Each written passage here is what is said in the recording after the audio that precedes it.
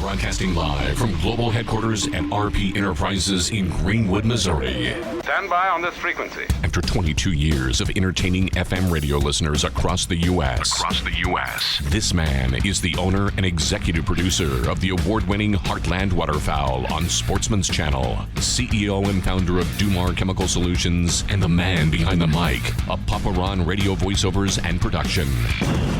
He's the man, the myth, the legend, a global icon, future Nobel Prize winner, and of course he paid me to say all this. Really?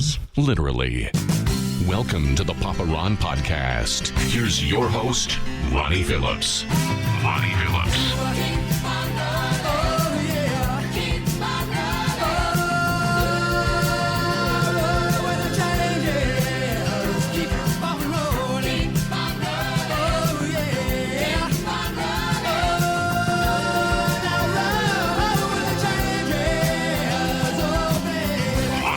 All right, we're back, and it is episode 14 of the Papa Ron Podcast. And I'm excited about this podcast because, as the theme song says, you got to roll with the changes, baby. And this is a guy who I'm about to bring on to the podcast who's been a friend of mine over the last few years. He's a person that I've worked closely with in the industry of network marketing.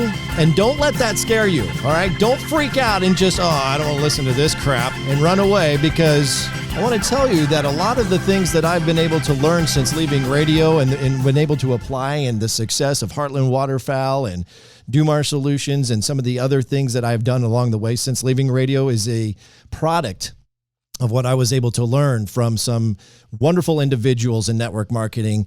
And this guy is one of them. He resides in New York. Oh, hell, let's just bring him on. My friend, Mr. Paul Capozio. How are you doing, buddy? Are you in Queens? Where is it that you're not in Queens? No. Right now, I was a New York City guy for many years. We'll talk about that when we get to my story with the street and everything. But I live now at the Jersey Shore. Now, not like that TV show. I'm not hanging out with Paulie, whatever his name is. Yeah. Whatever.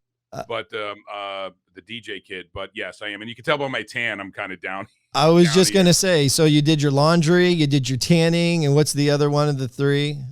Tan. I don't even know. I have to be honest with you. I've never seen an episode of the show, but I don't really live in that area. I really haven't. I haven't seen an episode of the show. But ironically, my daughter lived in a really, really pretty place in Long Branch, New Jersey, and he was her next door neighbor in this condo thing on the water there. But no, but I'm in at the Jersey Shore. We kind of semi-retired about 7 years ago, Linda and I, and we kind of retired, downsized into our shore house.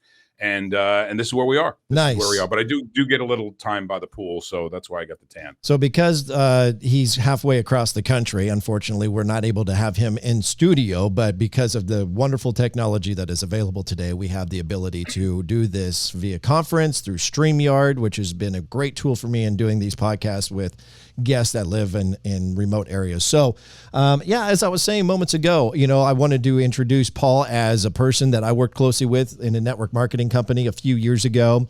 Paul and I learned a lot from you and in business development and personal development mainly. And that's what I want this episode to be about. I want to talk about entrepreneurship. I want to talk about personal development. And I kind of want to share with people that you don't have to have a 4-year degree, a PhD, to have big dreams and reach those dreams of financial freedom and success. And you have a story with that. But before we get into that, let's give people kind of the background on who Paul Capozio is, where you come from, and let's get into the success that you had before you and I met. Sure. So thanks for the opportunity. I appreciate it. And again, just to reconnect with you, I'm excited. But it goes back to, I don't know if you ever heard of a town called Hoboken, New Jersey. And Hoboken, New Jersey is a very small town right on the across the river from Manhattan. And it's with the birthplace of Frank Sinatra. It's the birthplace of baseball. And then after those two events happened, it sucked all the potential out of that town. And then I was born, right? So 59 years ago, I was born in Hoboken, New Jersey, and then grew up as a street kid. You mentioned before about you don't have to have a PhD. So let me just cut to the chase. I've never spent a day in college until I was asked to speak in one on entrepreneurship about 5 years ago. So, no college degree here, worked on Wall Street, actually 14 Wall Street, but it started out really just any kid in New Jersey working construction jobs and trade jobs jobs, and I realized that I wanted something more. I was too ignorant to realize that I didn't have the skill set, so I just went ahead and did it anyway. So it was pretty much of ignorance on fire for the most part, and wound up. To make a long story short, worked in construction. If construction went into payroll, and I had a little construction company myself, right? And with that little construction company, I had to do payroll checks for people. And my next door neighbor, when I was living with my parents at the time, it was my early 20s. He was a plumber, and he said, look, I just got in trouble with the IRS. I wasn't paying the taxes on my guys. I got to figure out how to do it. And I said, all right, I'll do the payroll for you too. You got 4 guys. I got 3 guys. I could do it. I could fit it in. I hired a girl. And then all of a sudden we started getting more and more and more contractors. I stopped actually contracting, and I got full-time into that outsourcing of payroll business because we were doing a little bit more than just what a paychecks would do. Then what we started to do is add other ancillary benefits, health insurance and things like that. And we became this company that grew to about, I don't know, it was doing about $4 to $5 million in payroll. Sold that company to a guy in New York City. And that's my career in New York City, right? So I sell this to this guy, Robert. God rest his soul. He passed away from COVID just about a year ago. Very dear friend and mentor of mine, and I've made millions of dollars with him. But I sold the company to him, and he goes, hey, man, what are you going to do now? I said, I'm going to go build another one, and I'm going to come back in a couple of years and sell it to you. He said, no, that's too expensive for me. Right. Come in and, run sales and business development for me. So I did that for about 17 years. Was that hard for you to walk away from being your own boss, then to going back to kind of corporate life and working for him with a company that you had built and sold to him?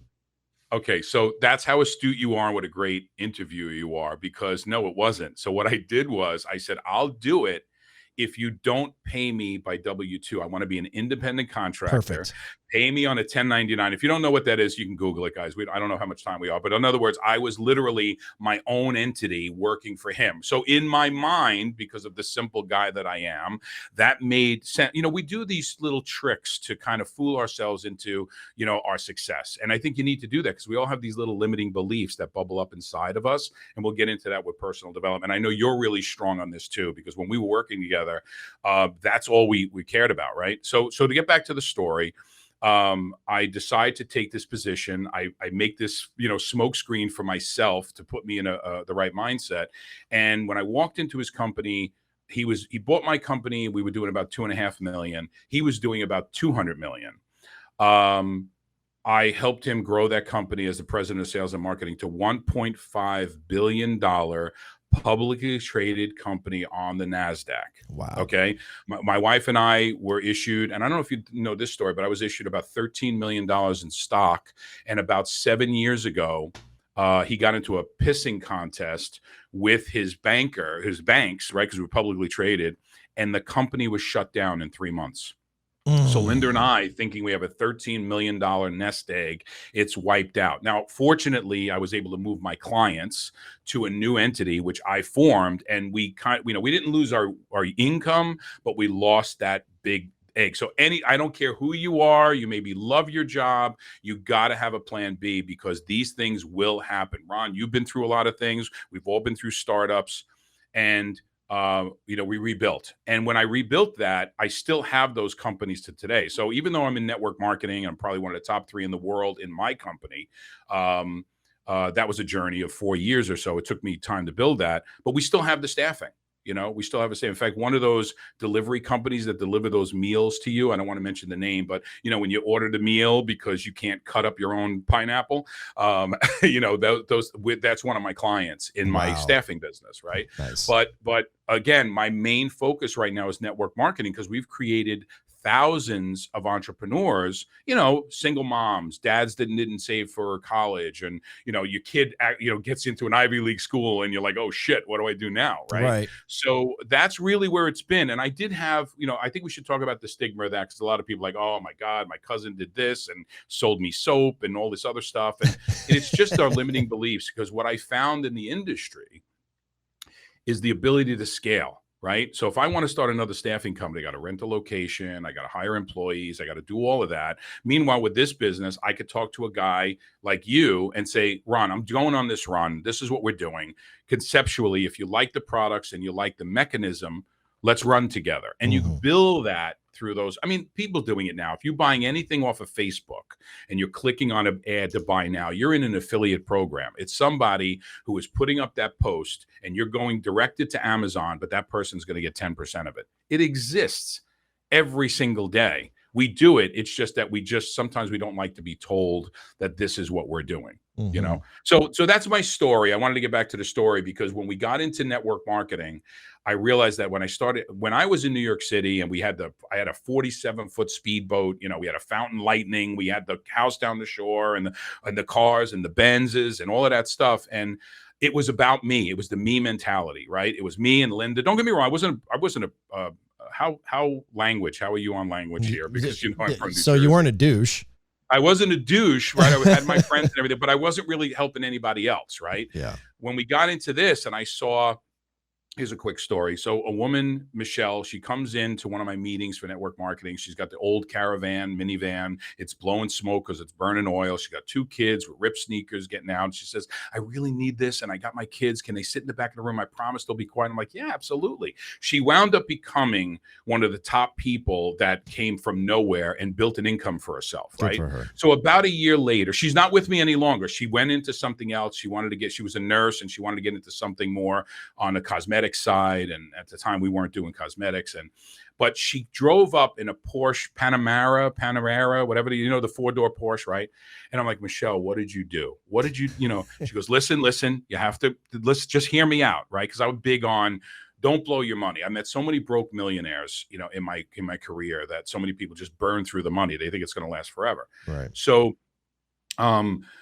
she goes, listen, my ex-husband was a real pain in the ass. He treated us bad. He used to hit me. He was mean to the kids, but he always wanted that car. So when she said, I bought it used. It's 3 years old. And every time he's got to pick up the kids on the weekend, he's got to see that in the driveway. So I said, Michelle, that's the greatest purchase, but stop there. You got your revenge. You feel good about yourself. Yeah. Now it's time to really build wealth, right? So start scaling your wealth and stop spending it. So that's that story. But that's why I do what I do now. And it's no bullshit because, we still have other businesses like you do, right? Multiple businesses, all income streams. Some of them fail. And maybe we'll get into that a little bit about, I love these gurus and these coaches. Look, give me a guru or a coach that has effed up 3 or 4 times. And that's the guy I want to work with. Because when you F up a few times and then you go into the success, that's the guy I need because he knows how to get out of a hole. And frankly, if he or she is telling you that they haven't done that, then it's already suspect, right? It's just like when you watch through social media and the people who are always posting that their life is so wonderful and everything is so great and there's just absolutely nothing wrong. It makes you a little leery of that because there's just no way that's true. It's no way. Like anybody who's ever had great success, whether it's Bill Gates or Oprah Winfrey, Michael Jordan, they've all failed. So the people who have reached great success was because they were able to fail and pick themselves up and start again. So we are going to definitely get into personal development. And then on this particular podcast, I do different segments. So before we get into the end of the first segment, I wrote down 3 things here that you talked about that I wanted to go back and revisit. You talked about the $13 million nest and when you lost that. Kind of go through the emotion of that because that had to be just a major stroke. I mean, just a major hit to like, well, what are we going to do now? How did you have any kind of emotional issues upon learning that money that you were going to rely on was now gone at the snap of a finger? The weak underbelly of that, and this is a thing that we talk about, we've talked about before, about how we tend to internalize things and we got to be the strong guy and everything else, right? I think it's important to understand that, no, there was one saving grace in that it was that paper value. To talk about, Elon Musk, lost $4 billion today in stock. His stock went up and down. So it's a paper loss. So I never physically had the cash, right? I had these stocks out there. So that helped a little bit mentally. Okay. But it was exhausting to say that I dedicated 17, 18 years of my life, and we built this thing, and the golden egg, or the greed at the end of the tunnel. And I say that greed because, there's things I would do differently now than I did before, instead of just accumulating it like Daffy Duck, right? Remember when Daffy Duck was in the cave, mine, mine, mine, mine, mine, and all the Right. gold and everything there? Bad. Money's like blood. If it doesn't flow, it's just going to coagulate and you're going to die. So it was a little bit easier, but I will tell you, I felt like a failure to my family. I felt like, oh my God, we went from probably one of the best retirements in the top, 1.5% of people in the United States to, we got to go rebuild our retirement because our income was fine, right? Our income was absolutely fine. Maybe I lost like $1,000 a month or something until we built it up again. And now that business is $28 million. But it was challenging to me, feeling like a failure, overcoming that, feeling like I let people down, cold sweats at night, saying to myself that I'll never have that opportunity again. And we kind of manifest the negative, right? Because there was no way. I know you thoughts are things people, or you, the manifesting and the law of attraction people, like, no, you can't talk about that. You'll bring the negative onto you. It was almost impossible. I'm the first person to believe in that, but I couldn't get myself into the positive abundance mindset when you just got $13 million worth of stock ripped out of your hands. So how did you overcome it? And was it a long process? Did you have to, did you internalize it? Did you go seek professional help? Was there somebody that you kind of leaned on that was able to be a brother and kind of walk with you to pull you out of that funk? So I had a brother because I took, I said to the people at the company, I said, look, this company's going down. I'd rather beg for forgiveness than ask permission. I'm moving my clients. And I spoke to all of my top salespeople. And every one of them said, no, we're going to stick it out. He may pull the rabbit out of a hat. One guy, my buddy Michael, who's still my partner to this day, said, no, I'll do it with you. And that, us commiserating about that, because he lost a significant amount of stock too. We commiserated about it and talked about it. But what we really did was we had to move all of these clients from this existing deal, which was defunct, and they were panicked and not knowing what their liability was, to coming to this brand new company that Mike and I started has no track record other than us. So Adderall was my friend, and I'll talk about that a little bit. So it's a little bit of, I didn't get addicted, but I knew I could. So I went to my doctor and I went to see a psychiatrist. I'm like, listen, I'm under a lot of pressure, but this is what I need to do over the next, 7 months. I need to move all these clients. I need to set up a company. And I literally, this is no BS. You could ask my wife, Linda. I was in my basement office in my home up north, which we recently sold. I was in that basement. She brought me breakfast, she brought me lunch, and she brought me dinner. And I never left that desk. And that desk is in the next room. I have a 3-office suite here that I work out of. That desk, and I will never get rid. It was a glass top desk, and I bought it, just because of the way it looked, but it wound up saving my ass because I didn't leave. I still have the computer and I still have the desk that we did that on. But I went on Adderall, and if you've ever been into any kind of attention deficit, and I do suffer from ADD, Adderall, well, the first time I took it, it was the greatest thing it's probably what people do. I've never done heroin, but they say that when you do it, it's like the greatest high you could ever have. Well, Adderall was a mind-altering drug for me that I was severely, super focused and everything else. Mm-hmm. Not to take up too much of your time. No, but you're good. With the Adderall story is, I was on it for about 6-7 months. I built an outdoor kitchen. Like, I've been working all day doing this thing. I went outside, built an outdoor kitchen in my house, barbecue grill, stone front. I was just unstoppable, right? Super focused. And then I noticed that if I'm pretty good communicator, as you are, not as good as you, but you're pretty good communicator. So I said to myself, if I ever left my home without my wallet, I was pretty good at being able to convince a cop that, hey, listen, man, I just ran out. I don't have it. I was never worried about that. So I would never turn around to go back and get my wallet if I was going out. Mm. But if I left and I was up to 20 minutes away from my home and I didn't have my Adderall, I'd turn around and go get it. And that's when I said, I'm never touching this stuff again. Wow. And you quit cold turkey? Yeah, because I don't necessarily have an addictive personality. And that was the first time in my life I I thought that could be there. So that means I needed something. So I said, okay, I'll just maybe up the caffeine and screw my adrenal glands over.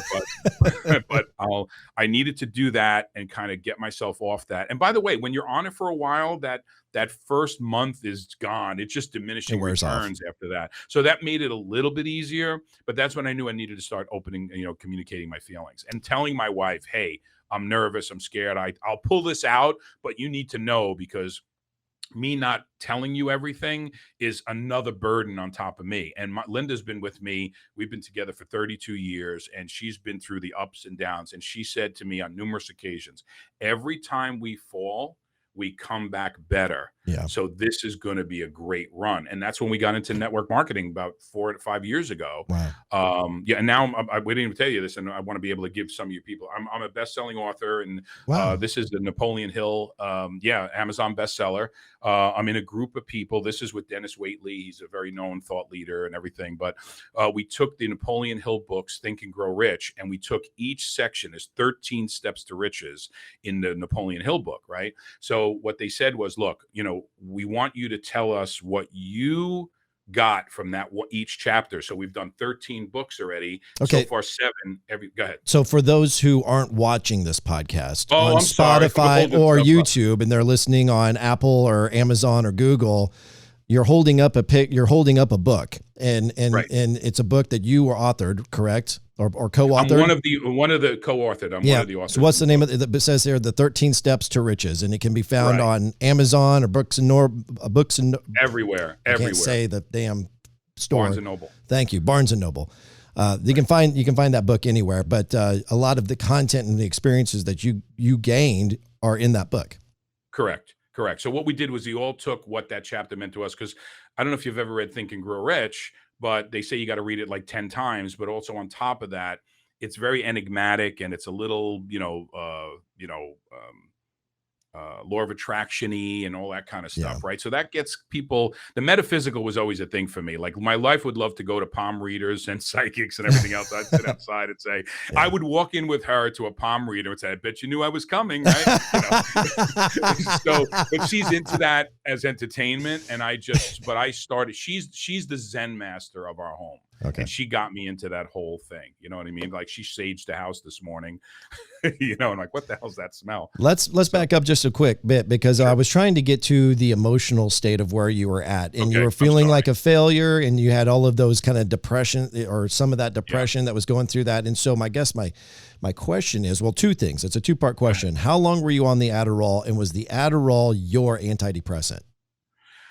Yeah, it was, because it took my mind off of things. I was able to focus because ADD goes over. So I was on it for about 7 to 8 months. Okay. Under a doctor's care at the time too, Sure. at the same time. But most of my discussions with her were about how effective how effective Adderall was, and what I was able to get done, and everything else. We really weren't getting deep. And you already When you say saw doctor, you say a medical doctor, or you're a psychologist? Well, a medical doctor that could prescribe Adderall. But you were seeing a psychologist as well. Yeah, she's a psychiatrist. Or psychiatrist. Psychiatrist, so she can prescribe. So I will tell you one of the mechanisms, because I just did it, and you just made me realize, hey, let's get back to how you overcame this stuff. And I do it with humor. So I kind of, my mechanism is that joking about it, because I'm saying it, but you're laughing about it, so I don't feel judged. Yeah. So it's there, bro. It's still there, but you learn to manage it. Yeah. It's not as severe. Now, was I funny back, so when that was going down? No, I had no sense of humor. I was short with the kids. Yeah. I have a son with developmental disabilities and everything else. So that puts a lot of pressure not only on a marriage, but on a dad. And, sure. You feel like, so now they're 31 now, my kids, but they're twins. But and it's still hard for me to talk about. And that's one of the things you and I talked about, dude, you got to let this go. You got to get this out, because you're not alone. And, you could still have great success. Imagine the heights you could reach if you got rid of some of this other baggage, so it's a constant journey. Sure. So I'm still dealing with it, because I'm still getting it around it with my personality. Mm-hmm. Right? Is that an honest enough? No, I love it. Yeah. And that's what I want. Because look, this is, first of all, this podcast. And this is like episode 14, this is a no judgment zone.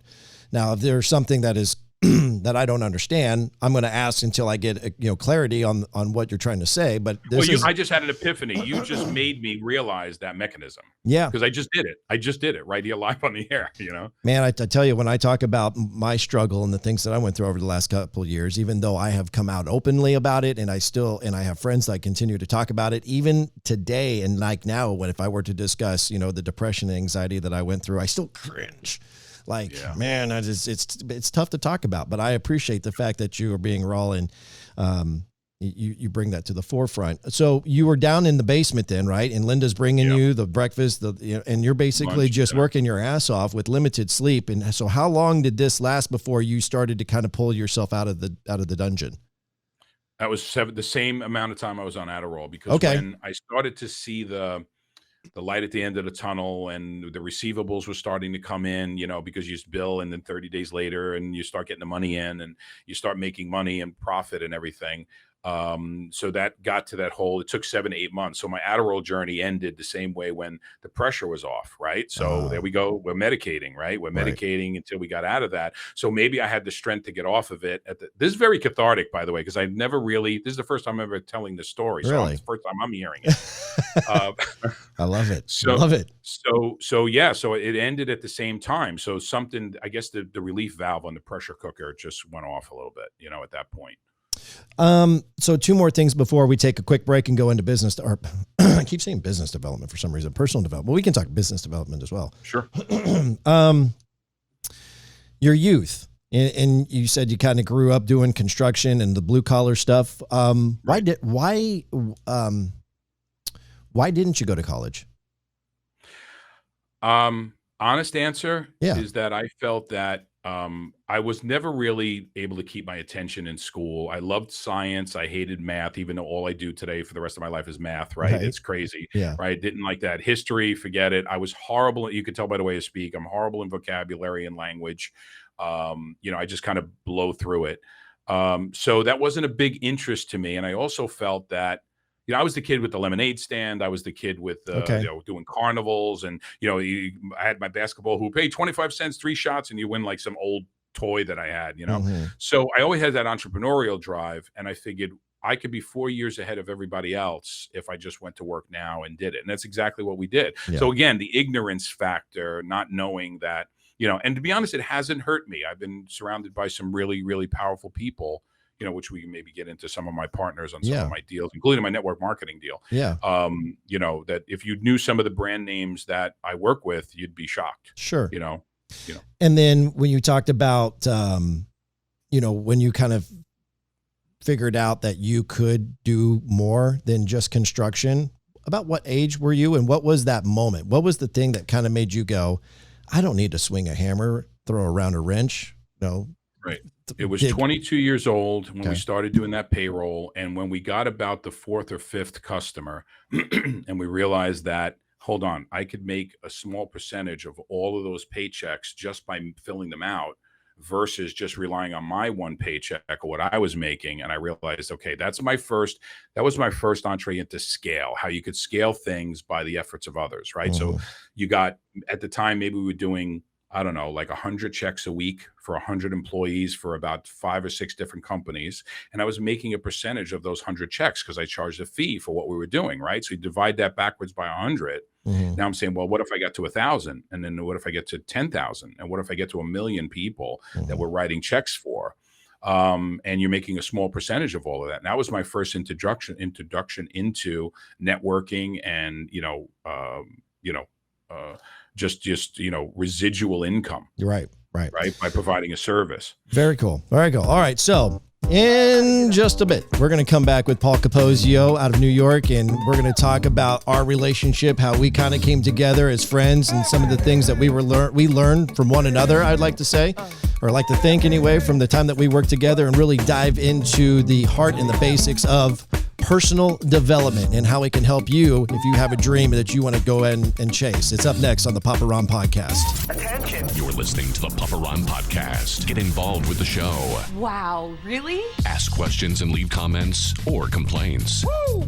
Nice. Call or text 816-558-6389. That's 816-558-6389. Now back to the show. Here again, your host. Yeah, great. Showtime. Ronnie Phillips.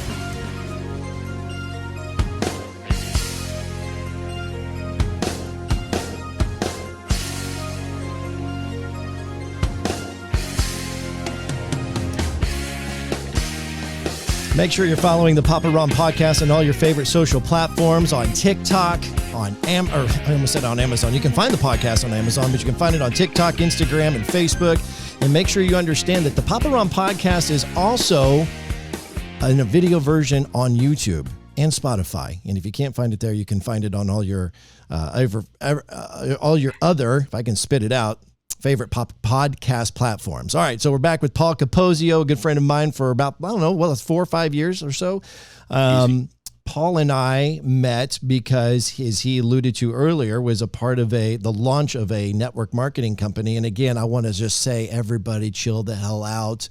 Don't freak out all of a sudden. Oh my God, he's going to sell us some fish oil right now. No, I'm not even a part of network marketing right now. But why I am excited to have Paul on here and talk about his journey and what he's doing with his network marketing company, because a lot of what I learned and what I was able to accomplish over the last 10 years that I've been out of radio has been a product of what I learned about personal development and network marketing. So I guess let's start with because you had a stigma about network marketing for many, many years. You've got some people in your network who from Joe O, and some of the others. Frank, is Frank still hanging with Sure, Frank? Yeah. Sure. Well, we know each other 20 years. Yeah. So 25 years. So highly successful people in network marketing who have made millions of dollars, and you had a stigma about it. So kind of tell your story about why, or what you saw, what you felt about network marketing.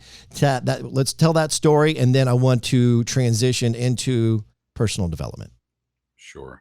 Well, to me, it wasn't a real business, right? It wasn't something that I was thinking about. I'm going to develop a company and we're going to go and do millions of dollars and everything. And, here you are, you're going to be hawking some product at a yard sale or at a flea market or swap meet or whatever, right?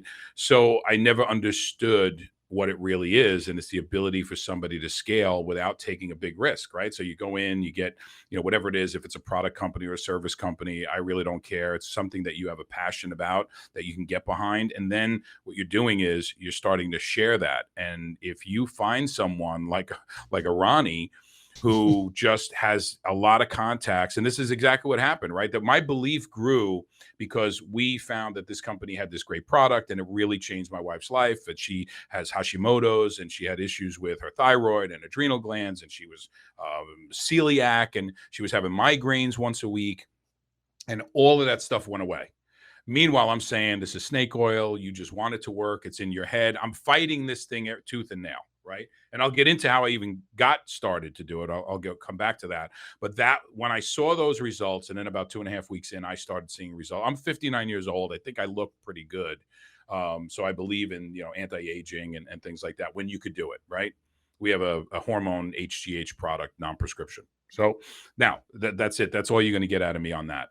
There's no cult here. So when we started doing that and I started meeting people like Ronnie, it's like, oh my God, I know about, 100 people that would really give this a shot. And if it really works, I think and that's what happened. And that's how we exploded, because it's just one person. If your best friend tells you, dude, you got to try this fishing lure, dude, I'm telling you, they're just jumping in the boat, right? Mm-hmm.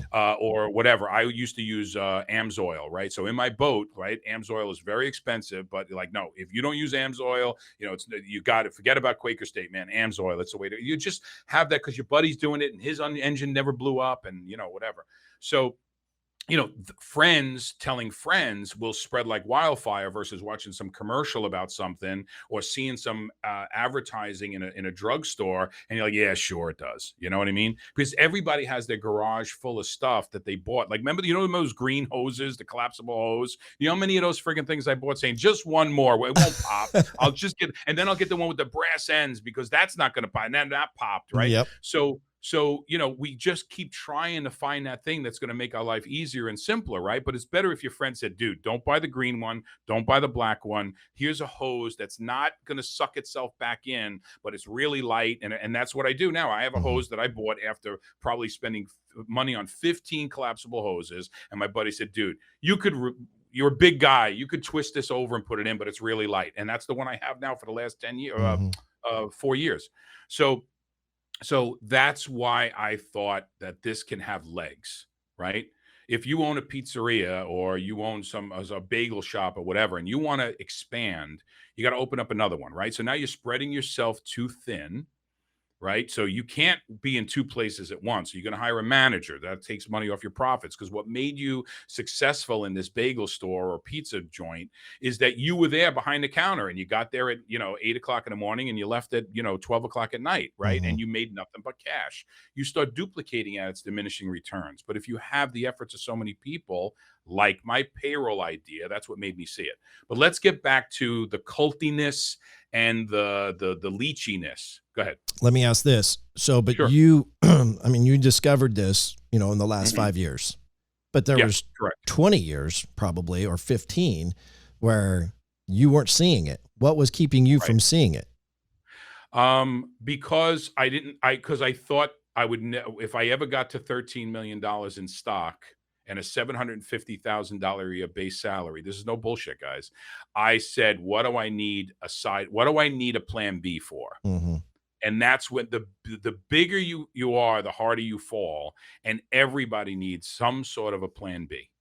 Fortunately, though, it's easier for people today because with inflation, you could easily outpace inflation with a network marketing business, right? So, when people come in and say, "Oh, you can make $1 million a year," and I'm a very big earner in network marketing. We won't get into that right now. I don't do income claims because I don't know if everybody would work the way I work.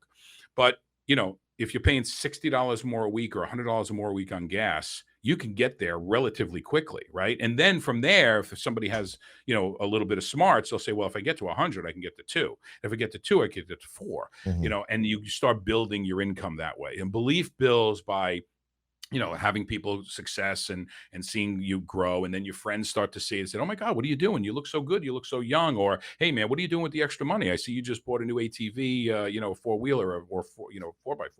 So whatever it is, that's how it grows. And it takes some time. And most people will have you need baby formula or you need diapers, and you don't have the money at that moment. Right. So you look for something, you go on the internet, and I have a thing that people can find me and they could try to get information, right? And most people, when they go on there and leave their information, it's probably, a woman who is broke at the moment and she needs instant cash.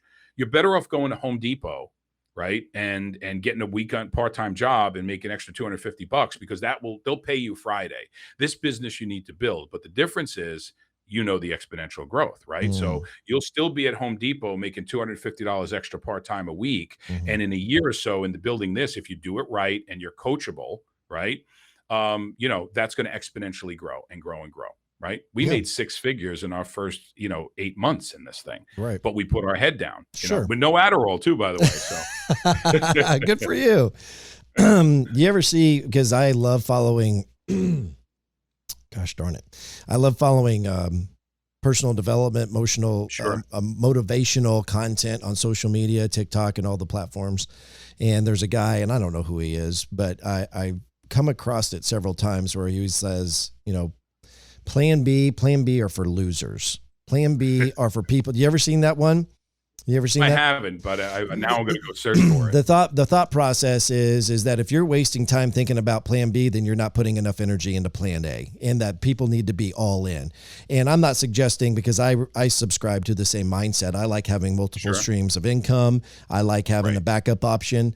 Thank gosh I had other multiple streams of income when I lost the commercial cleaning income, because then I would have lost everything. And so I guess what I want to ask you is, how hard was it for you to break away from what you were doing and the corporate world, if you will, and the things that you were doing because to start network marketing and be involved to the level that you are and to build it to work to the level that you did, you kind of got to be all in on it. Am I wrong in that? No, you're not wrong in it. So let's go back to the plan B thing, right? So what we're talking about is plan B is not to say I'm going to quit my job in a year, right? Unless that's something you really want. So I don't agree with this, guys. There's no such thing as a plan B because you won't devote. That's really comes internally. And that goes right to personal development, right? But if you want multiple streams of income, let's say you even wanted to say, look, I love my job. I don't want to have any kind of side hustle that I'm actually going to be talking to people. I just want to um, you know, what's the point I'm trying to make? Um, when you go down the road of building, let's say, a stock account, you still need to take time to research the stock. You still need to take time to find out where you want to put your money, who's your broker is going to be. So there's always a planning stage, always a planning stage. So that's part of your plan B. Every time you build another stream of income, whether it be buying a property, of how fix and flip, it's all investment of time that you have to put into it, right? Just like you have to do your network marketing business. So if you're in stocks, right, focus on your stock account. Build it up, understand where you want to trade, then start your network marketing business and take a couple of months to understand how to do that. Build that to the point where it's generating income before you take over. So that he's got a point when he says you got to be all in on your first deal, but then he's telling me he doesn't own a stock. He doesn't have a investment income property. He doesn't have any kind of other income like selling on Etsy or having a garage sale. All of those are multiple streams of income, and you have to set. Look, even just doing a garage sale and setting crap up in your front of your garage is going to take time. That's part of that. It's a building the additional stream of income. Yes. So what I got to, so this is something new that I've never done on the podcast before, but I'm going to have to ask you a question and step away because the cleaners are at the front door. Yeah, sure. So let's get into the basics of personal development and understanding your why and why that's so important. Wow. So start there and I'll be right back. You just keep talking. Sure. Okay, now that Ron is away, let's see if we could hijack this show, everybody.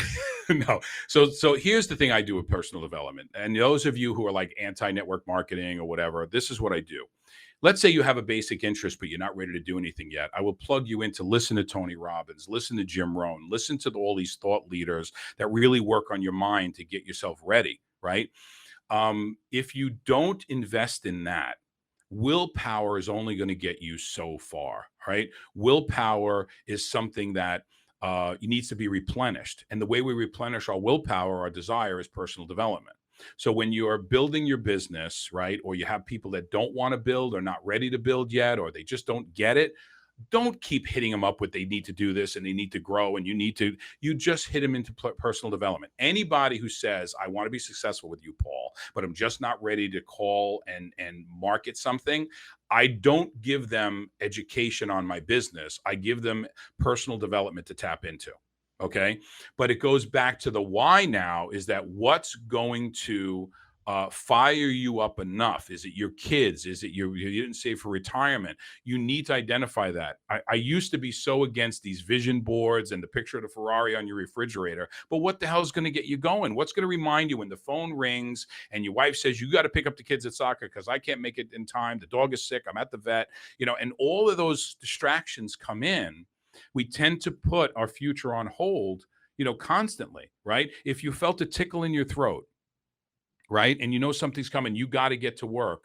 Are you going to take precautions, right? Are you going to take some vitamin C? You're going to do it. Well, we need to do that in our financial lives as well. Mm-hmm. And the way you keep fired up and try to swing for the fences is you got to tap into personal development. If Tony Robbins doesn't turn you on and Gary Vee does it, if you're not into the cursing thing of Gary Vee, go into Jim Rohn. He's one of the most wholesome guys I've ever seen. There was a guy by the name of Zig Ziglar back in the day. He's the OG, baby. Buy a damn book.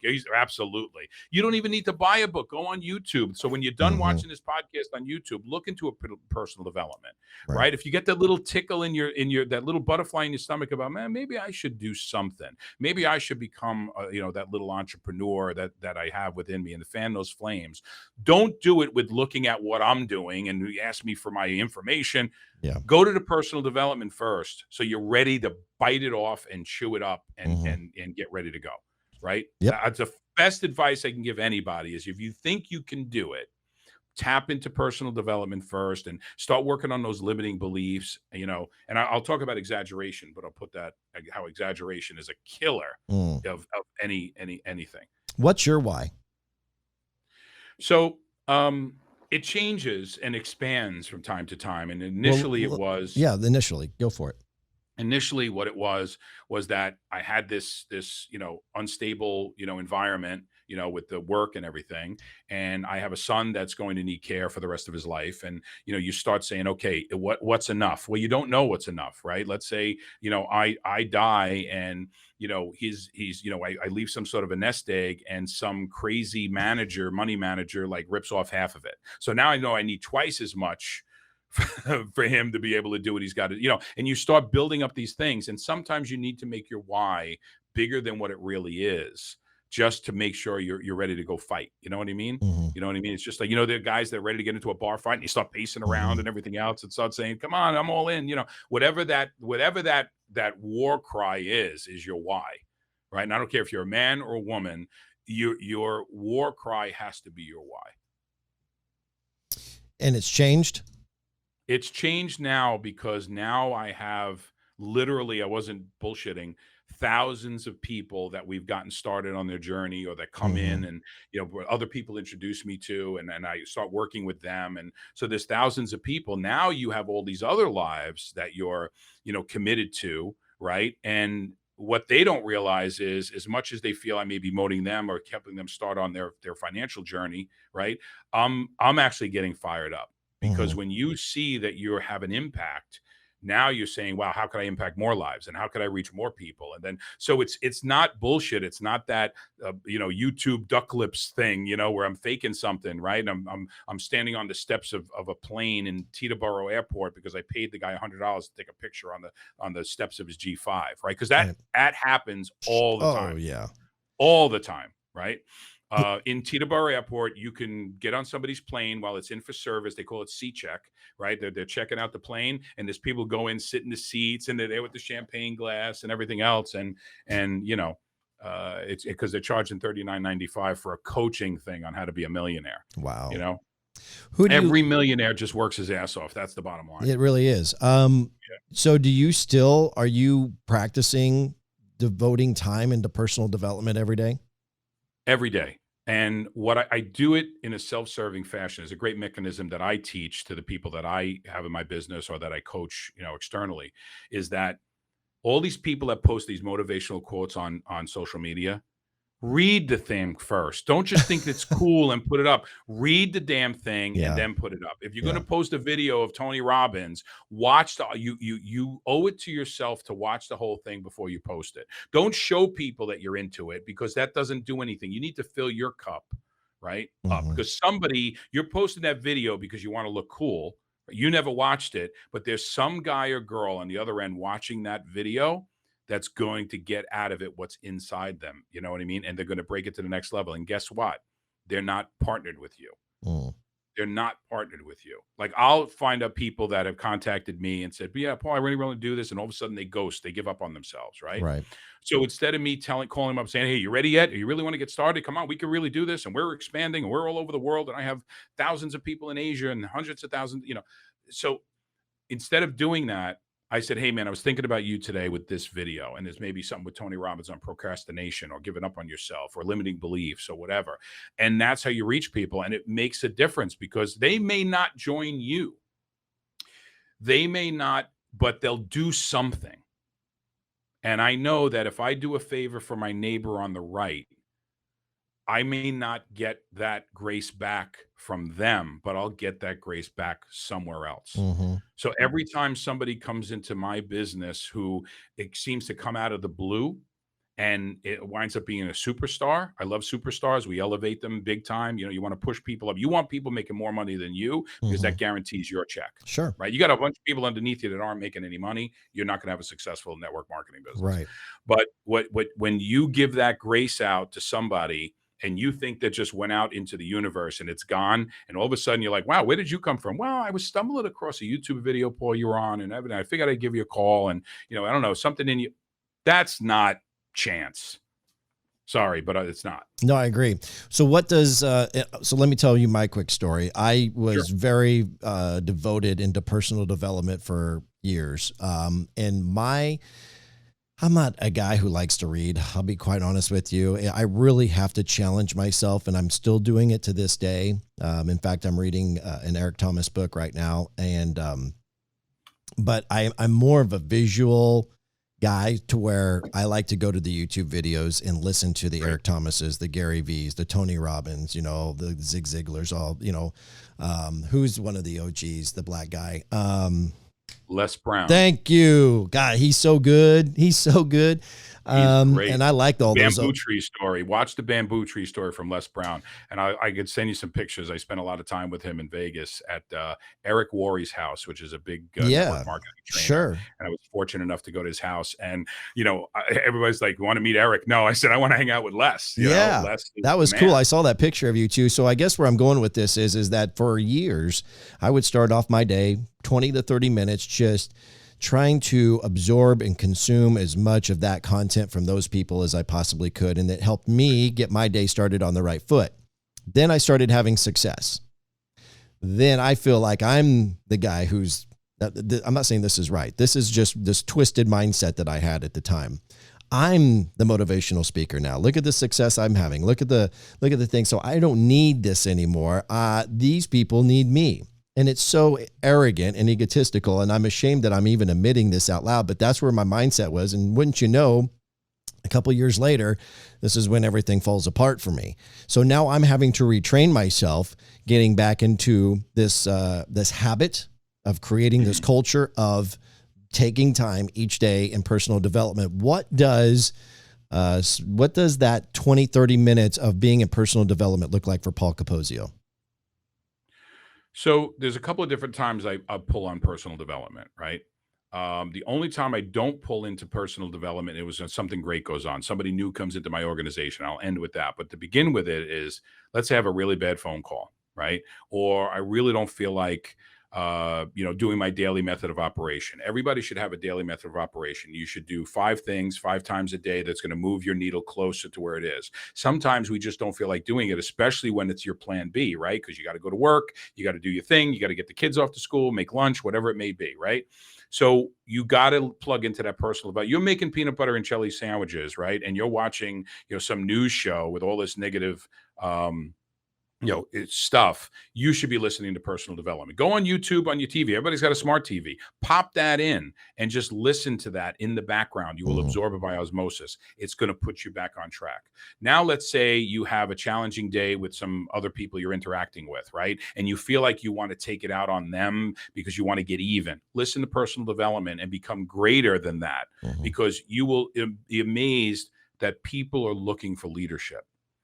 For most people, when they're upset with you or have an issue or anything, they're looking for leadership. They're a little bit more of a follower at the moment than they are a leader. And if you plug into personal development, your dynamics with your children, your dynamics with your parents, your dynamics with your friends, family, and potential business partners will absolutely change, because your mindset's going to be, what is this person hurting about? You and I know that there were people in our lives that had no clue that we were hurting when we were hurting, right? No clue. Why? Because we put up that facade and that front, right? Especially men, guys. This is not a toxic masculinity thing. So ladies, just hear us out. We're going to protect ourselves from you, whether you like it or not. That we're men. This is just who we are. It's in our DNA, and we don't want to expose that, right? So we put up these walls. Personal development will help you realize, this person's dealing with something. They're in some sort of pain. So let me be that person that could make them feel comfortable and provide them some form of leadership. in some way, whether it be fellowship, whether it be, spiritual, whatever it may be. It's not all about making money all the time, but I found that the people I'm closest to and truly understand me are the people who want to get into my business anyway. Right. So serve the person first before the entrepreneurial spirit kicks in. So that's the times I do business development. Things are going bad. I can't get motivated. Business development or personal development? Personal development. Okay. Personal development. What did I say? Business development. Oh, business. Forget about. We keep doing that, both of us. It's personal development. You cannot have business development without personal development. You just can't. So forget about business development for now. I don't want people to feel like we're pitching them. No, but you need personal. Yeah, we need personal development in our lives for everything. Dealing with your relationship with your significant other, you need that. Right. Because sometimes we just get frustrated. So when things are bad, when you can't get motivated, and when when you just really need to get fired up, you know what I mean? It's like, remember, in the locker room and everybody's beating on the lockers before you get out on the field, right? Yeah. But here's when I tell you that you don't need to do personal development and you don't need to celebrate is, let's say you're building your business and you close a new account and everybody's on a high, right? Ring the bell, everything's good. What's the next thing you need to do? Make another phone call. Do not go to the bar and celebrate that one, because you're on such an endorphin high. You have the positive, you believe in yourself, you believe in what you're doing, you believe in your mission. Get on the phone and call that contact or that prospect or that lead that has been avoiding you, or maybe they heard the insecurity in your voice, or you just felt you didn't deliver the message the right way. That's the time you make that phone call. Yeah. Okay. It's dangerous if you're not careful, and I'm a product of it. If you're not dangerous in the way you handle your success, it could come back and bite you in the ass. And that's exactly what you're talking about. Like here's another lesson that I learned in network marketing, and I wish I would have applied it there in the last couple of years. I applied it many times. I will say I have applied this message many times, but there in the last couple of years, or 2 years ago, I didn't. And that is, never get too high, never get too low. So when things are not going well and you're calling and I'm obviously using a business example here, but when in the case of in business and you're trying to sell something or close a deal and you're going and you're going and you're going and you're getting rejected and you're getting no, and you always get told no doesn't mean never. It just means not right now. Don't allow yourself to get so low that the feeling of failure prevents you from continuing the grind.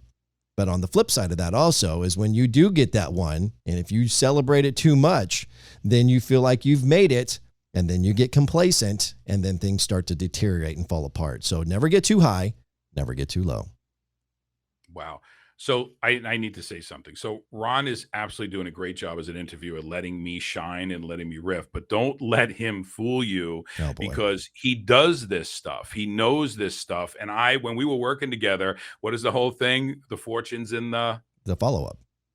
I learned that from you, right? That it's true, because most people do a great job of, we ever watch a movie trailer, right? It's really, really good and everything else, but you gotta sell the tickets though, right? So, you can go in and open it up, but if you don't follow up and ask for the order, it's never going to get to the next level. So don't let him fool you. He's a master of personal development, but he's also a master interviewer, because he's saying, hey, he lets any very confident guy or confident girl, and they don't have the ego in the way, is going to let that other person shine. So I appreciate that, but I wanted to expose you, that's very kind of you.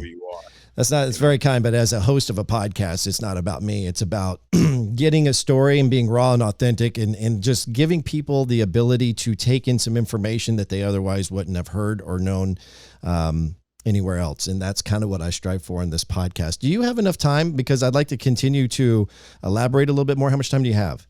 Sure. No, after this, I'm issues with my dad in the hospital, but I wanted to share this time with you. He's doing great. So, my wife is over there now, so I'll go over. So, I got plenty of time. You got some time left? Okay. Yep. So I'm going to take a quick break. I try to do that every 30 minutes or so. And then, so we're going to take a quick break. And then when I come back, I want to dive a little deeper into personal development. I want to get your suggestion on some people that you think we should follow, maybe some books that we should read, some of the basic foundation principles for anybody who's really never practice personal development on a regular basis and those basic tools that we can give them to get started. We want to do that next with Paul Capozio when we come back on the all-new Papa Ron podcast. The Papa Ron Podcast is brought to you by Dumar Solutions. Dumar Solutions, offering affordable chemical and PPE solutions for any industry. Automotive, industrial, manufacturing, concrete, and asphalt construction. Also offering kitchen cleaners, corrosion control, and specialty coatings. Detergents, cleaners and degreasers, laundry care, floor care, odor control, personal hygiene, and much more. Do more with Dumar. Inquire with any of your needs at dumarsolutions.com. That's DOMARE solutions.com. Now, back to the Papa Ron podcast. Here's Ronnie Phillips.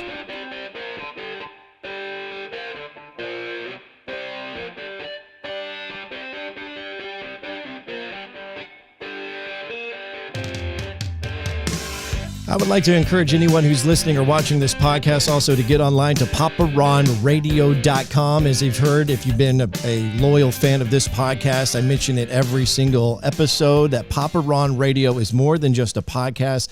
It's a place where you can find, this is a new venture of mine where I'm back into the radio scene a little bit by creating and providing voiceovers for a variety of needs. Also radio station voice tracking. I'm now doing another radio show. Again, I'm back in radio, Paul, and doing a radio show for KMZU out of Carrollton, Missouri, 6 days a week, and doing that right here from my own home. And so there's a whole MC services and so much more. I'd love for you to check it out. If you get a chance in listening to this podcast, go to paparonradio.com. Back with Paul Capozio, an old friend of mine, and we're talking about personal growth, personal development. And I think it's just, the cool thing about our relationship is you've had so much success financially, so much more than I have, but we still in the ability to be open-minded because let's face it, a good entrepreneur or a successful entrepreneur understands that they have to be open-minded and to listen in order to continue to grow, because without that, they aren't going to be successful in entrepreneurship. And the thing that I appreciated about you is even though you've had so much more financial success than I had, you treated me like we were on the same level, the same playing field. And you were learning things from me and I was learning things from you. And it was a true partnership, regardless of what my resume said and what your resume said. And a lot of that was because I had people surrounded in me and other organizations that I had been in prior to working with you that taught me the basic foundation of personal development. And so we talked about the why. That's the key thing. That's probably the number one thing, is understanding your why. And it can change, and that's fine that it's a change, but it's got to be something that is going to move you emotionally. And I can tell you that once I left radio and got into my entrepreneurial spirit, as I like to say, my why, which I wrote down, I always, next to my computer, I have a Post-it note tab, and I wrote down daughter's tuition and my retirement. And I literally slapped that here on my laptop. And so every time I open up the laptop, there it is. And I have to see it every single day. And that was, it doesn't. So the cool thing I liked about that was, and what I learned from that is that, and even though it sounds so elementary, like, oh, well, I should be able to say that and just know it. No, you got to see it every single day. Right. It's so important to see it because you never know that you're going to wake up on the wrong side of the bed and you're going to be in a grouchy mood. And then you got to come back to that why that's bigger than you. That's going to tell you, okay, get over yourself, humble yourself, put this shit aside and focus on what you got to do today, which is provide or pursue your retirement and my daughter's tuition. So aside from the why, which we've already touched on and just now touched on, what are some key basics that people who might be listening to this podcast can pull away from this conversation in starting their pursuit in personal development? Well, I think the why obviously is that motivator, right? And I think that's really just a basic foundation. I think the first thing is self-awareness, that you got to know who the hell you are, and you may be an asshole, right? And you need to be able to change that. So self-awareness is probably one of the biggest things. What are your values? What are your real true core beliefs? Not what you put up on social media, but what do you really feel? You got to expose yourself. In fact, if you've ever been to a Tony Robbins event, which I have, and walked on fire and all that other stuff, right? Is that you he breaks you down and tears you down because we can't get inside you until you bring those walls down. So he literally, for a whole day, you're getting up, you're jumping, you're clapping, and I was there for the first time I ever went to an event. I'm like, oh my God, this is bullshit. I got to sit here. I got to jump up and down. I got to cheer. I got to repeat these words on a screen. I got to do all this other stuff until I realized that, oh my God, as it was going on, I was getting more and more into it. Kind of like a rock concert, right? The problem is what we get more excited about a rock star or I had a lot of rodeo guys and bull riders and stuff in the thing, and they were like, these guys are like badass, right? Mm-hmm. So I'm saying here I am getting more excited about someone else's success than my own. Right. So instead of me, I was like, you get up and cheer at a concert and have no problem about it. But if Tony gets you up and cheering, you're going to be like, this is corny. Right. But you just did it for Michael Jackson, or you just did it for Slayer, or whoever you're into. I don't care. Right. So Paul likes some Slayer. Five Finger Death Punch is like one of my. I was just going to say, Paul must like some Slayer. So when you're working out on your jog, you got some Slayer going in your ear pods, right? That or Five Finger Death Punch, and you name it. So we just increased record sales for those two bands. That's right. But self-awareness, figure out who the hell you are, and then start goal setting and everything else. So I think the number one thing is self-awareness, and then that becomes a sense of direction. Because you sometimes got to tear yourself down. I talk about exaggeration with limiting beliefs that come up, the things that stop us from doing shit. This is something I noticed, and I don't know if anybody else did, but did you like, all right, we all know Joe Rogan has got a really great podcast, right? So he's got tons of people watching him, but Elon Musk was on there. Mm-hmm. And the big controversy was he was smoking a joint on the Joe Rogan show, right? There's also some other stuff with Elon a couple of years ago where he's president of a publicly traded company and he starts leaking information, and he had to step down because he violated some SEC rules, right? Yep. These are, believe it or not, for such a successful guy who builds rockets, for God's sake, right? So here's the limiting beliefs bubbling up because it's a little bit of self-sabotage, right? Okay, you want to smoke a joint, go to Vegas, whatever, go in your hotel room, whatever. But he was externalizing that. But he had to, on some level, know certain people that was going to bother, right? He went in for that's some self-destructive behavior that I noticed in him.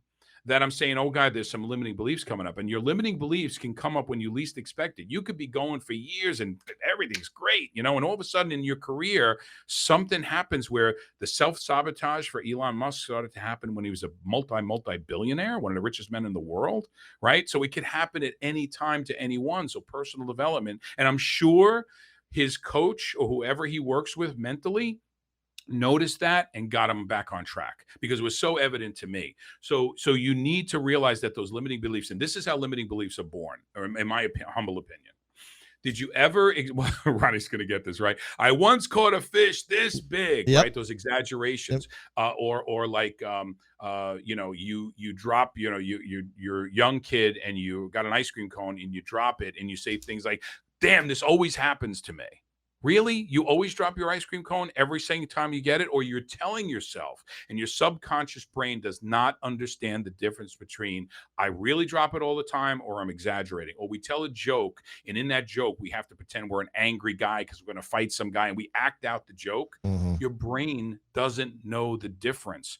So what you're doing is you're building these limiting beliefs up, and we don't know. So if you could stop exaggerating, even in the positive sense, you need to stop exaggerating. I'm not talking about manifesting now. I'm talking about exaggeration is where some certain limiting beliefs are born because our brain doesn't know the difference.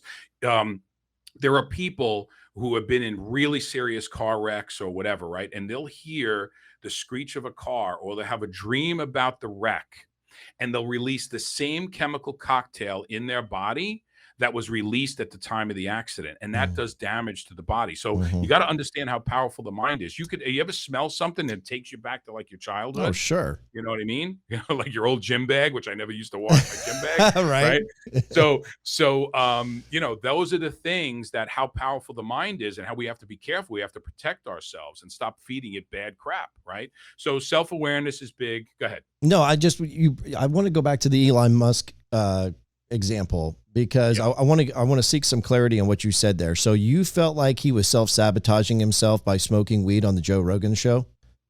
Well, he wasn't improving his position because look, let's take politics, right? I don't care what your politics are, but you're either on one side of the fence or the other. So you're alienating half the people Mm-hmm. when you take those stand. Now that's okay because most of us can survive with half the people, right? But Elon is a share, he's a stock, he's the owner of a company and there are shareholders out there. So I'm sure there was somebody who saw that and said, does he do this as much as I think he does? And what's going on there? It's good. Somebody's good. I'm not saying it's true. You want to do your own thing. You want to smoke a joint on your time off. That's absolutely fine. But it did create some doubt in how many millions of people's minds. So let me throw this at you then. We were talking about limited beliefs. Mm-hmm. Isn't there a truth or an argument then that he doesn't give a damn what anybody thinks and how healthy that could possibly be? Because part of the problem that I ran into when I was starting my entrepreneurial spirit was I didn't care what other people think. I had a vision with what I was going to accomplish, and I was going to do whatever it took ethically to go and to accomplish that. And then when I started building this success, and then people started recognizing me, and then people who are younger than me were wanting to bounce ideas off to me, talk to me, be a sponge and get information from me. Then it put me in a position to where I then started to care what other people thought, which then held me back, because when I started to fail or started to lose that success, then I was concerned about talking about it. And I was concerned about sharing or showing, what was happening to me, because, oh my gosh, what's the stigma going to be about me now? I'm a complete failure. So I guess my argument is that, is it a limited belief for him to not smoke weed if he really wants to smoke weed on that show because he is worried about what other people think? Wow. Really, really great observation. And to be honest with you, I think there's a lot of merit to what you just said about the strength of not caring what other people think. But let me put it this way. This is the first thing that came to mind. If I invested in you before I saw you do that, would I have been your investor if you did it before I saw the Joe Rogan show? So yes, we need to be true to ourselves, and I want to be independent, and I don't care what people think, but you also have other people along for the ride, right? So is it, it's not just about you at the time. Now, I don't have a big issue with it. It's something that's visible enough because that's become a meme now with him sitting there with his hand on the joint, right?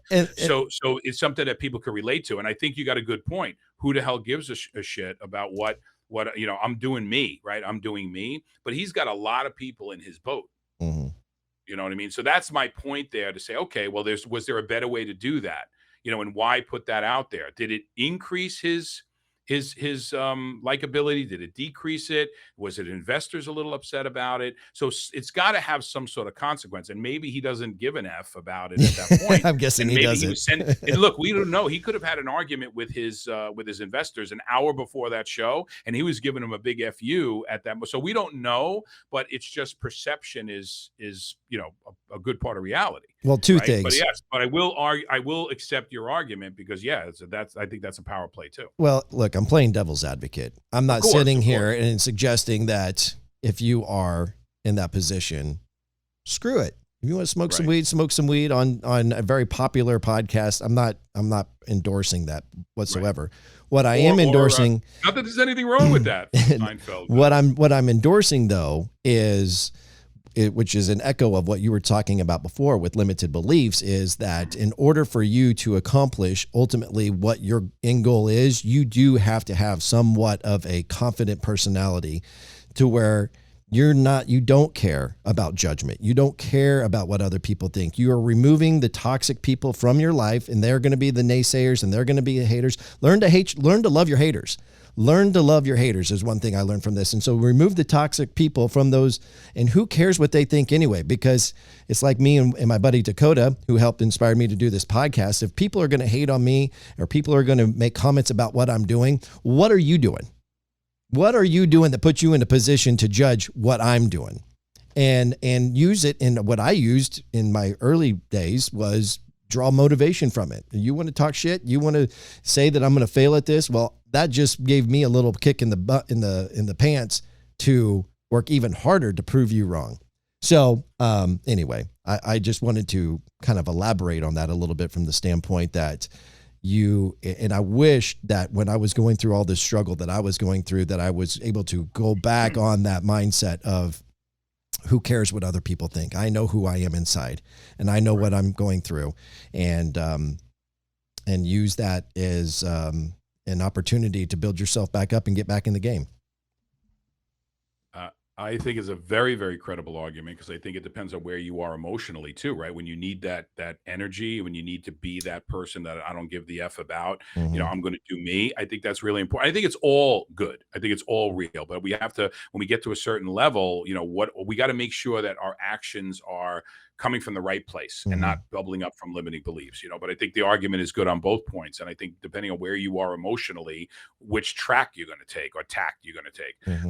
Look, you're never going to get criticized for people doing more than you. You're always going to get criticized by people who are doing less than you. It's the whole crab in a bucket thing. You got all the crabs in it. There's one crab in a bucket and you reach in with the tongs and pull them out. There's no problem. You got 5 crabs in a bucket. You try to pull one out. They're all trying to pull the other one back in. Yep, exactly. And it's we see it every single day. You see it on social media. You see it everywhere. And people that get so caught up in news and social media and everything. And look at your screen hours. Like, I want people to, if you take anything away from this podcast, look at your screen hours and see where you're devoting your time. And is that earning you any money? Is it improving your relationship with your spouse? Are you both in bed and you're facing opposite directions with the glow of the light on the ceiling? What are you doing to do that? And if you tell people who are constantly posting, are you monetizing it? If you think you're a personality or you're seeking your 15 minutes of fame, why not find a way to monetize it? I mean, so many of the people that I work with, we're helping them monetize that, and it becomes from this pointless TikTok, right? Which people are going to judge you and tell you, oh, you're fat, or you're too skinny, or, your boobs should be bigger, or, whatever, you need more muscle, whatever it may be. Are you monetizing that? And that's, you could really basically say, who cares what they say about me as long as they really are interested in what I'm doing. Yep.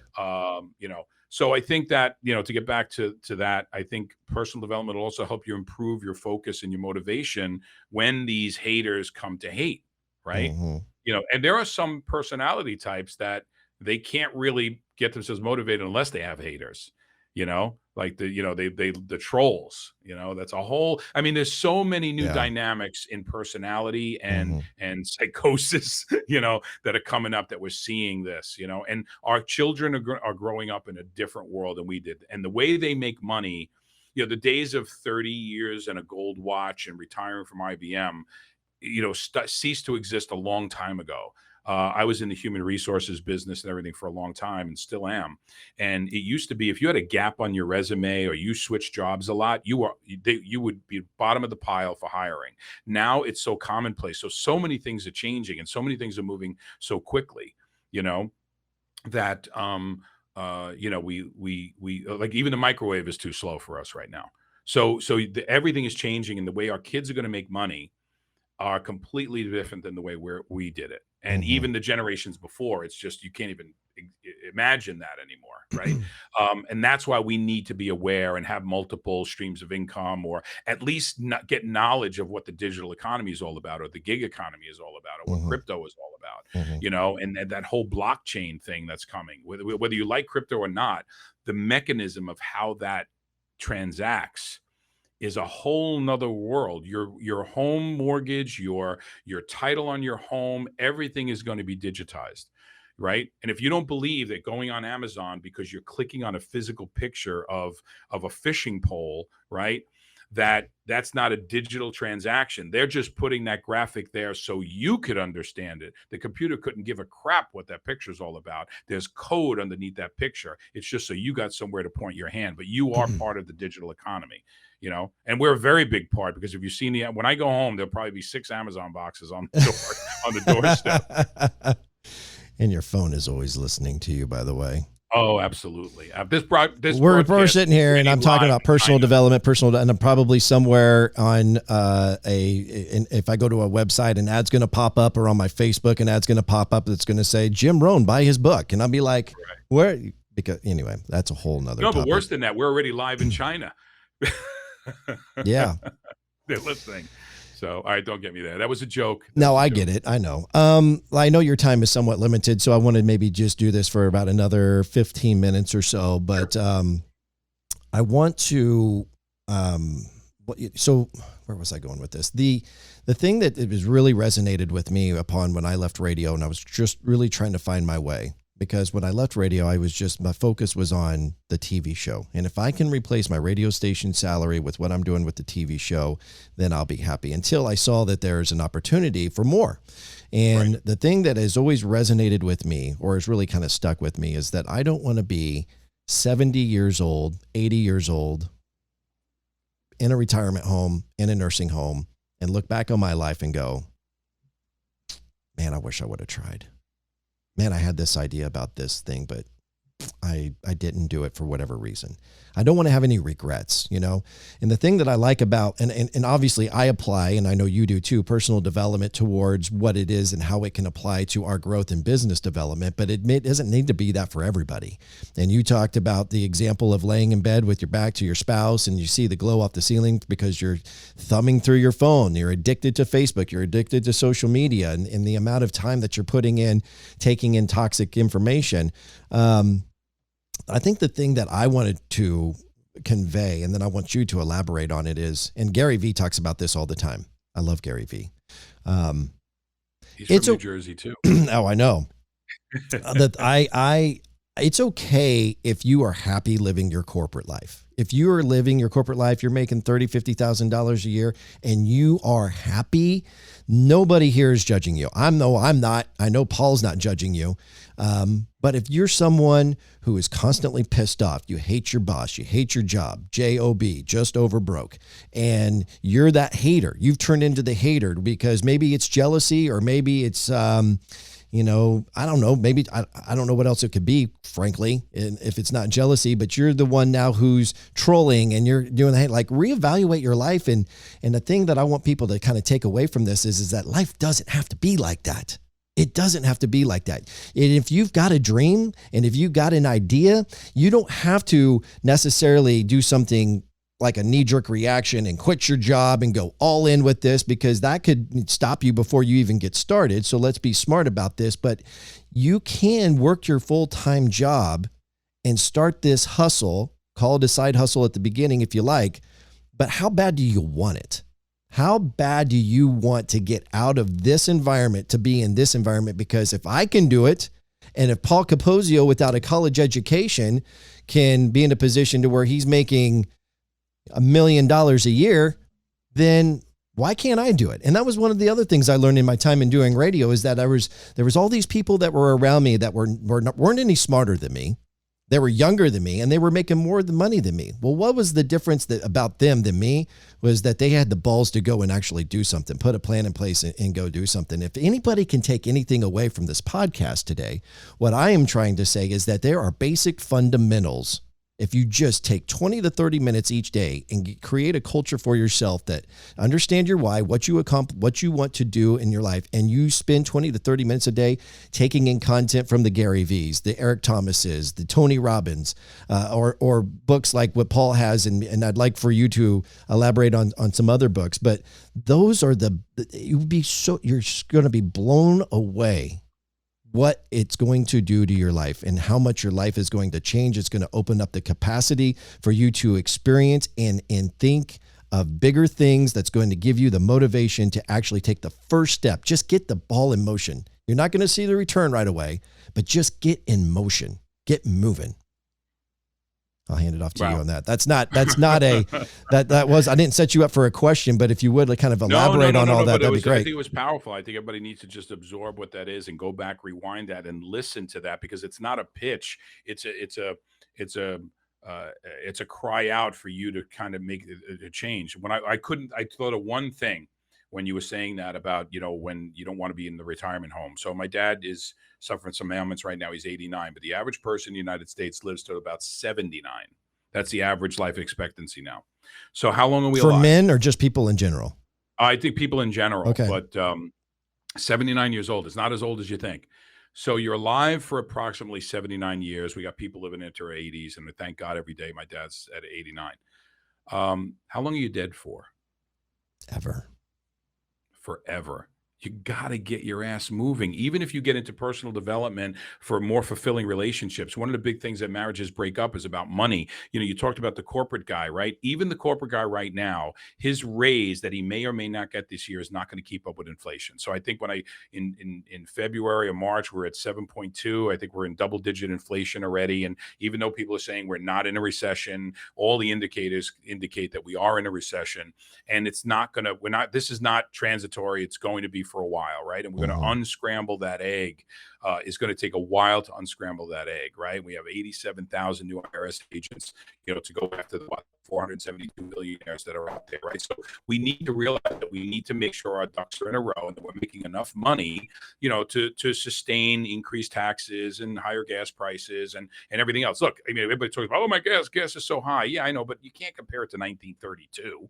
You know what I mean? But you got to realize that. So forget about these spikes that we're seeing, but everything's becoming more and more and more expensive. And for most part, inflation or growth or the exponential growth of our economy is never outpaced by salary increases. It just never is. I don't care who's in office, if it's an R or a D, it just never keeps up. So even though you love your job and love what you're doing, the additional stream of income, why do you desire a 401k? Why in your job search that you were excited about the company that was giving you health insurance and 401k? Because it's that other stream of income. The only difference is you took the job that somebody's investing for you in a 401k, because everybody wants a daddy or a leader that's going to do it for them. Well, if you have a 401k and that's all there is, and you want to start an extra $100 a week or another $1,000 a month, and you got 30 years left in your work career or 10 years left in your work career, why not do that? Why not find something? It doesn't have to be what I do, right? Start a podcast, whatever, but do something that's going to make you happy and stick you with it, because stick you whatever, you know what I'm trying to say. I know what you're trying to say. Keep you going, right? Yes. Keep you going and keep you motivated. And that's what personal development is for when you're down, but there's also more fulfilling relationships. You're more resilient when you believe in personal development, because you got to go back and you got to be able to take the punches. Here's what I tell people, like, oh, well, I tried what you do. And I talked about this product, and the guy said no. And I said, okay. Do you expect everybody to say yes? What feeling do you get when you walk into a car dealership and the salesman comes out of the woodwork and everybody's like, oh my God, I want to buy a car, but I don't know if I want to get hit on you. Everybody has that reaction to when that transaction is going to happen, even if we want the transaction to happen, right? So we need to make sure that we have that stick-to-itiveness, because yeses will build your business, whatever it may be. Yeses build your bank account.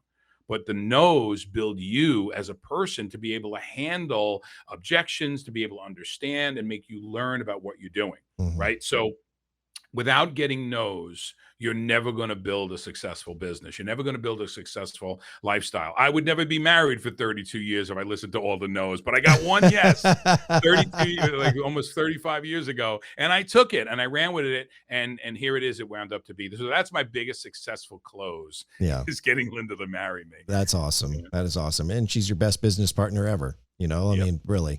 All right. So I'll just say this and then we can try to find a way to close this up. But the one thing I also learned in this time where in the last 2 years where I'm kind of rediscovering myself, trying to, not just rediscover myself, but kind of refine my identity and build myself, crawl out of the 6-foot COVID hole from everything that kind of happened from the global pandemic, was to learn to be more empathetic. And I was about to say something earlier, and I'm kind of glad I didn't say it, because I want to say it. I'm going to say it now, but I want people to understand that it's coming with empathy. So if you are one of these people who are negative, and you're the hater, and you hate your job, and you hate your boss, and you screw everybody, hey man, if you don't want to, what I was about to say is, if you don't take the time in personal development, you don't have anything to bitch about. Right? Don't do the complaining. My mind has kind of changed on that a little bit. I do believe that, but I want to be empathetic now. I want to, why are you feeling this way? What is it why are you, what can we do to help you? And that's part of the reason why I'm doing the podcast, is to kind of send that message out there. It is okay. It is perfectly normal for you to be stuck in a rut and hate your job, hate your boss, hate your coworker, whatever it is that you're going through, but you do have a choice. I understand what you're going through. It's normal. People get in ruts all the time. but what are you going, but identify it. And what are you going to do now to take the next steps to get yourself out of it? Otherwise, you can't keep complaining. Nothing is good is going to come out of the complaining. So I've learned to be more empathetic. And because I want people to understand, if they're listening to this podcast, like, it's okay to feel that way. It's okay to be in a rut. It happens to everybody. But you have to recognize it and understand the basic fundamentals to pull yourself out of it. And that's what I'm hoping people will get out of this podcast today, is those basic fundamentals to take the first step in their journey to 20, 30 minutes listening to Tony Robbins or some of the people that we mentioned. And so I guess in closing, if you want to expand on that, that'd be great. But what are some books? What are some people that you would suggest, some accounts that you would suggest people follow on social media? I mean, if you're going to be on social media scrolling through the crap, let's make sure it's the good stuff that's going to bring you more fulfillment than the stuff that's going to drag you down. What are some of those things that the people can follow that you think will be helpful? Well, I think I want to expand a little bit on what you said about, look, when we watched the old Andy Griffith show or any old television show, right? And the kids were playing and the ball would go in the grumpy old man's yard, and the grumpy old man's yard was always dilapidated, overgrown. The shingles were falling off the house. Yeah. You're that person, even though your shingles aren't crooked, right? So there's something holding you back to be the grumpy old man or the grumpy old woman or the Karens of the world or whatever you want to be. And you're getting something out of that. It's satisfying something chemically in you that you're used to that mentality. And it's a little hard to break out of it. That's why you need to start working on your personal development, right? You need to start saying, like, if you're listening to this podcast and say, all right, this guy Paul's selling something, Ron's trying to sell Paul sells something, and you get that negativity in your mind, you don't need me. You need personal development. You don't, you need to listen to the show and hear different opinions and letting it keep sinking in if you feel that you're not being pitched, right? Because that is what closes us off to success, right? We could easily say that, right? Everybody walks into a department store and you go into there to buy a white shirt because you go into a wedding on Sunday. You need a white shirt, size 18 and a half or whatever your size is, right? You go in and 3 salespeople come out of the woodwork and they ask the question, they ask you, may I help you? And the number one answer in the world is what? Just looking. I'm just like, no, you're not. You're there for a goddamn white shirt with your 18 and a half with a French cup sleeve or a regular sleeve. And for some reason, that's the normal reaction we all have. So right now, when you're listening to this, you're in your just looking. Oh, no, thank Paul. Don't start giving me anything. Yeah. I'm just looking, whatever. Right. Stop looking and start doing. Yeah. Stop looking and start doing. And here's what I'm going to tell you. I don't recommend, I'm not even going to recommend my books. I'm also in the number one habit book and, 300 life-changing habits, whatever, right? That's another Amazon bestseller, right? Because what we do is I effed up so many times that I'm just sharing that.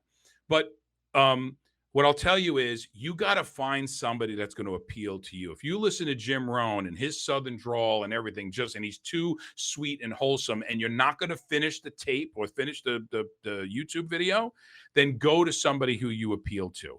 Get it by osmosis, right? Listen to a Les Brown, right? Listen to Les Brown do the bamboo tree story of how a bamboo tree grows. Right? Listen to and try it on for size. And what I do is I say, I need a little bit of Les Brown today, right? Or if I need a little bit of Jim Rohn today, just find somebody that you'll listen to, for Christ's sake. Right? Yeah, Eric Thomas. First. What's that? Eric Thomas is my guy. I mean, when he tells the story about the guy who's wanting to be successful, and he's going to the guru who's the successful guy, and he tells him to meet at the beach at 4:00 in the morning, and we're gonna, he's gonna teach him how to be successful, and to teach him, he walks him out into the water, and he gets him up over his neck, and he says, keep going, and then the guru holds him down, and the guy's scrapping, and he's trying to get a breath, and he was like, at that particular moment, what were you trying to do? What did you want? He goes, I wanted to breathe. He goes, well, when you want to succeed as bad as you want to breathe, then you'll be successful. And that's when, that was just when I went, boom, right.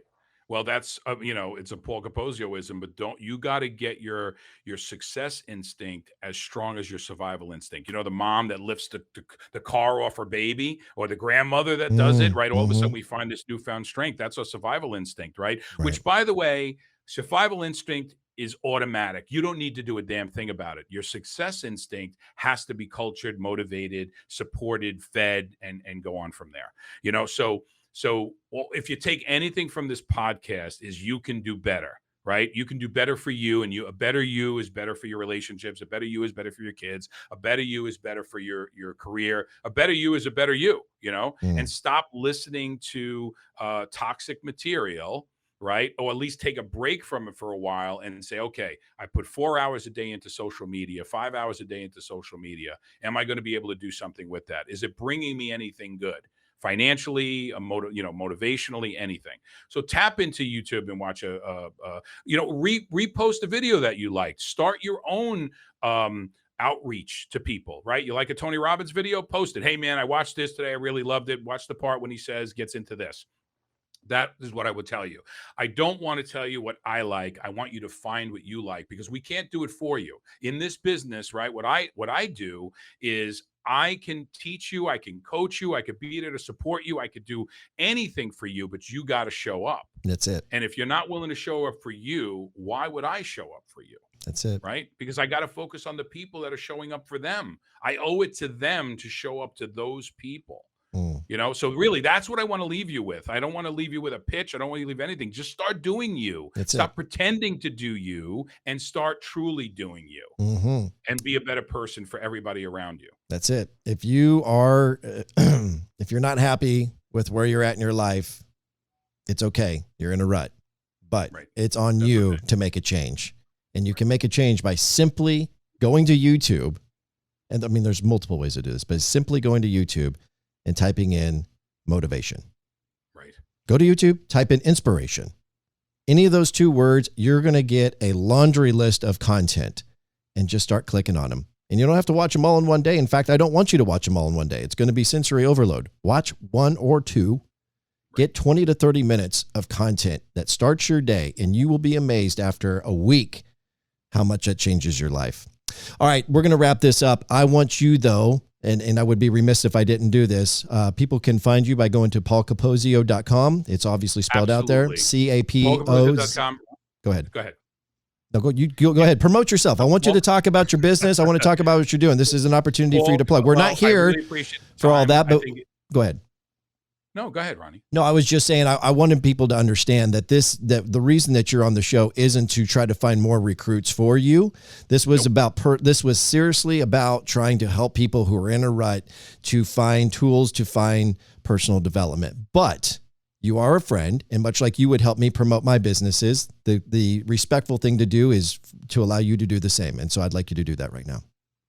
So you can go to paulcapozio.com. So it's PAULCAPOZ, like in zebra, IO.com. Go in there, leave me a message. You want to do a quick phone call. If I reached you in any way, that's all we're looking to do. You don't have to take a look at it. If you need a little bit of a 15-minute or 20-minute coaching session, I do that for free for hundreds of people on a regular basis. So just take the time, check me out if you liked what we had to say. And if you didn't, go into personal development, find out, why does this guy rub me the wrong way? And go try to figure that out, because you're not letting certain people in your life because there's something blocking that. I know I'm not everybody's cup of tea, but it doesn't mean that you should appreciate everybody for who they are. Ronnie, I want to thank you so much for having me on. This blew by. I just looked at the clock, and I can't believe that this thing happened so quickly. Right? It's already been over an hour and a half. Hey, all the best to you and your family. Tell Linda I said hello. Much love. And prayers continue to go out to your dad, and I hope that things continue to improve. Thank you so much. Love you, buddy. Love you too. Much. All right, when we come back, we're going to wrap up another episode 14 of the Papa Ron Podcast. The Papa Ron Podcast is brought to you by the award-winning Heartland Waterfowl, airing now on Sportsman's Channel. Check heartlandwaterfowl.com for air times. The all-new Season 9 debuts in July on Sportsman's Channel. And don't forget about the new original series on the Heartland Waterfowl YouTube channel. Check it out, and don't doubt the scout. Now, back to the Papa Ron Podcast. Here's Ronnie Phillips.